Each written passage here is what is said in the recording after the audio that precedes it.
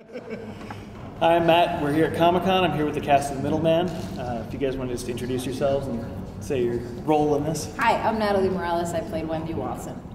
My name is Matt Keeslar. I played the Middleman. I'm Javier Grillo-Marxuach. I created the Middleman. So after that amazing panel, where do you go next with this character, with this series? Is there any idea for progression from here? Or? Well, we have an amazing DVD set out that just hits the street today. And there's a comic book with the Lost 13th episode, which is what we read in the panel. And I think, it's time for the audience to find us. We had a really nice run on ABC Family. We have what I consider to be a complete series. The end is open-ended, so it's not a conclusion, it's just an end. And I think now it's time for you, the audience, to tell us what you think. And I think based on that, the future of the Middleman will be decided on, whether there's a demand for what we do or not. I don't know. On behalf of the fans and the people in that room, we want more. Thank you. So I guess, everyone was so into it, and you guys especially seem to thrive off the audience encouragement and cheering. I guess, what was the definitive moment for that panel, for reading through this 13th episode? What stood out for you guys? Sweet, crispy wontons.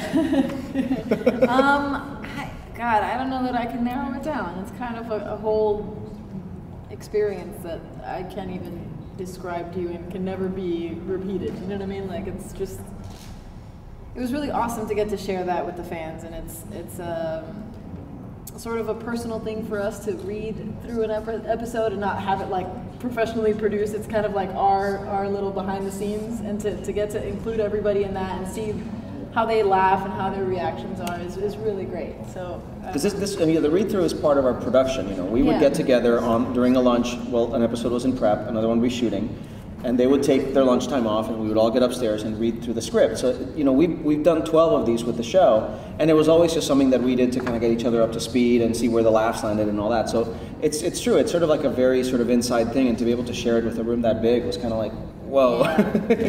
But they were very, very enthusiastic, which is great. Yeah. It was also very rare for us to see an entire cast doing a read-through. Usually it's just, okay, here are the few main people and then one person doing all the other lines. But for such a complete group to be doing something for that was a new experience for a lot of us too. Well, I've never actually seen that at Comic-Con, so I thought, we could have just done a panel and then everybody would get to ask us all the questions and we do all the same answers we've done, every time we've done press tours or whatever. And I thought this would be a way for the fans to see something really different, And so that was a big deal. And also I think it speaks to how much these guys, how great they are and how much they support the show. That they also, Brendan Hines had like swine flu, and he still, and he took a bunch of antibiotics. He did not actually have swine flu, but he, but he got himself out of his sick bed and came out and did it. And it's like, and I literally got the call this morning because he called me yesterday and he was like, I can't make it, I'm dying. And he's like, I've rallied, it's a miracle. And he was in the, so. Yeah. So it just speaks to this cast and how great they are and how much they support the project. They weren't even going to pick him up this morning. He called me at 6 o'clock in the morning and he's like, I feel good. I think I'm going to go. And I was like, okay, come to my house. We'll go all together. Yeah. That's definitely one of those, once in a lifetime experiences for a group. And it was very nice that we got to see you guys, all together for that. The other question that comes to mind is, what is the most difficult thing that you've written for these guys to say, or what was the hardest for you guys to learn? I still can't say polyditextrahexamone. I can't say it. Could you say that line or both of you guys? You said it incredibly fast. Polyditetrahexamonotriactolon. Polyditetrahexamonotriactolon. Polyditetrahexamonotriactolon. Can't do it. I had a lot of trouble with Itzelitzel, but now I can say it like it's in my blood. The dread pyramid of Itzelitzel, yes. You were explaining that you had to put it on your iPod in order to. Yeah, he recorded himself on my iPod. So every now and then when I have it on random songs, his voice pops up. It's not really soothing, especially if I'm in the shower and it's just on and I have it playing. I just have to listen to it while I'm in there over and over. It's a litzel. Is that what I sound like? It's a you were saying it to very as clear and as non-emotion as possible. Yes. Yes. Normally when I say it's a litzel, it's much different. It's much faster, louder, very, Yes. But not on her iPod. You guys just seem to have a lot of fun, especially together, but I guess how hard was it to get even through an episode without breaking with some of the dialogue? Oh, that happened every episode. Yeah. Okay, every 5 minutes? Quite a few times, yeah. But I think by the end of it, we got more used to it. Except for the very last episode. Exactly. When we laughed at everything. His worst, most psychotic break was in the last episode when there's a scene where this toy factory guy, and what did he say? Eyes without a face? Is that the one? Yeah. Eyes without a face. I mean, you'll see all of this if you get the DVD. It's on the gag reel. Yeah. And it's really great. Because everybody had senioritis, and this was the last scene of the last day, and he literally, you grab the guy, and you're like, eyes without a face, and then you just stop, and it's like. But you're staring into someone's eyes and screaming at them. It's kind of, Yeah. That guy looked so sad, was the thing. He was such a sweet guy, and he was the one who was starting to break, and then after that, I just couldn't do it anymore. Yeah, we were just talking about this on the way over here that you get used to dialogue like this for and having to memorize it and having to say it when you do it for a year, and then when you take a year off and you come back like we did today, so it's difficult to jump back into. Totally different experience. Yeah. Well, the show's also filled with pop culture references, changing names all the time. As you were saying, Doctor Who was a very big huge influence. Yeah, you bet. Were you both also into the pop culture, or was that? Yeah, was I mean, not as much as Javi. There's Javi. I call him the internet because he knows everything.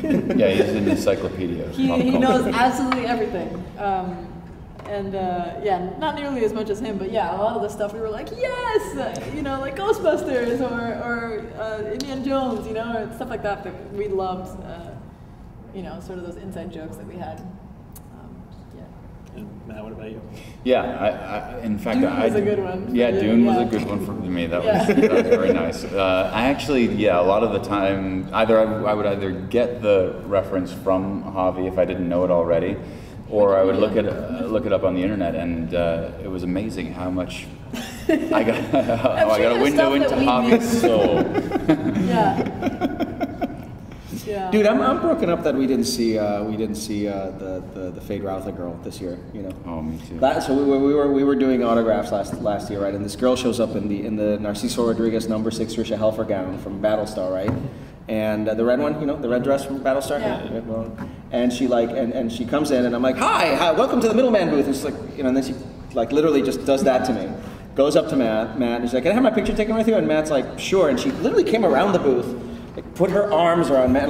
She actually put her cell phone because she wanted her arms free for this. She put her cell phone down into her cleavage, and she literally just grabbed Matt and something. and then as she's like her closest to him, she kind of whispers in his ears, "I've loved you ever since Dune." And I was like, how come that never happens to me? I don't know, man. That was the one that my manager said it looks like she's gonna make a skin suit out of you. Oh! That's what she's probably watching this. Oh, and you'll see here on Comics Online. Yeah. That's awful. Sorry, anyway. Oh, no. I guess since we only have a few more minutes, the other questions that come to mind, the last episode, hearing it being read, really seems like you guys were going all out for what you wanted to accomplish. As far as the visual production, was it going to be really as grand as it seemed, or what were you thinking? And that's one of the reasons why we had the choice to shoot this episode. Mm-hmm. It was actually something that was on the table, but because of where the ratings were, because of where we were financially, it was going to be with some sacrifices. And when you want to put armored kangaroos with stormtroopers riding them who shoot missiles out of their mouths, you can't skimp on that.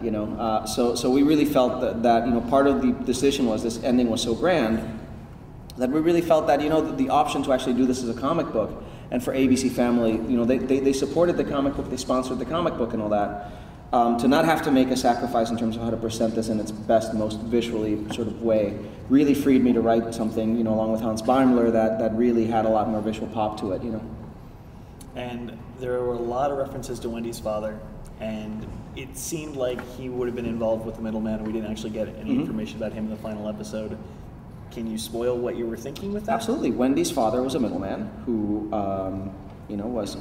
had a family and was called upon to handle something outside of the Earth, and he had to go do that. And that's why in the third comic book, the comic book continuity, the last graphic novel, the middleman is killed, And a new middleman comes in to train Wendy, and the last line is Wendy looking up at this shadowy figure and saying, "Dad." So Wendy's dad, I think I can say it here, and you know what? If we do more middlemen and I have to do this, then you're spoiled. What can I tell you? But Wendy's father was in fact a middleman, and was handling something in a relativistic time. So he's probably been a little bit younger when he showed back up too. Thank you so much, guys. Sure. If you could just, it's even better when.